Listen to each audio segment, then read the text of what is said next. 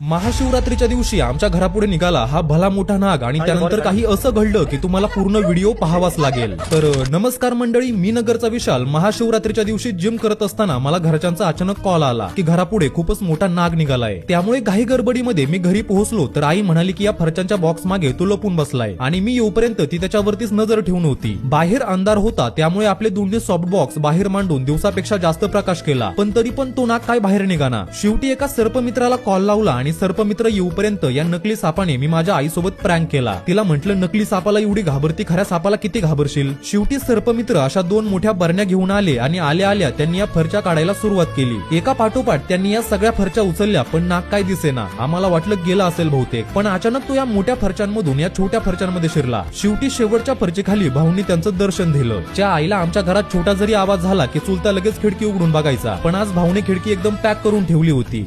बिलकुल रिक्स नाही लेने का। आम्ही या नागाला एवढं घाबरत होतो, पण यांनी त्यांच्या हातामध्ये या नागाला बिनधास्तपणे पकडलं होतं। महाशिवरात्रीच्या दिवशी घरापुढे नाग निघणं यासारखं दुसरं नशीब नाही, त्यामुळे घरच्या महिलांनी नागोबाची पूजा केली। बरणीमध्ये पॅक केल्यानंतर सुद्धा माझी आई या नागाला खूपच घाबरत होती। जेसीबी नंतर दुसरं काही पाहायला गर्दी होत असेल तर ती साप पाहायला होते हे मला आज समजलं। शेवटी अख्खं गाव गोळा व्हायच्या आधी या सर्पमित्राला त्यांचे पैसे दिले आणि निघालो या सापाला रिलीज करायला, आणि एका जंगलाच्या ठिकाणी आम्ही या सापाला सुखरूप सोडून दिलं। तर अशाच धमाकेदार व्लॉगसाठी आपल्या पेजला आताच फॉलो करून ठेवा।